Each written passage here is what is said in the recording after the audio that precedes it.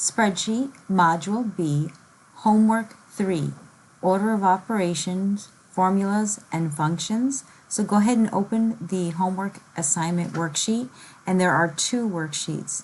So the first one, Order of Operations, you're actually just going to do the math here. So 5 times 2, and you'll just type in the answer, 5 minus 2. So you just do the math and just on your own on scrap paper and put your answer on the first worksheet.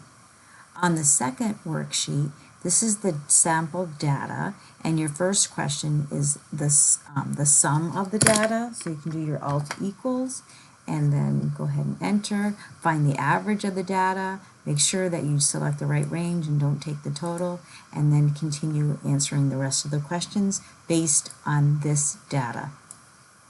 Once you're finished, save and submit. Thank you.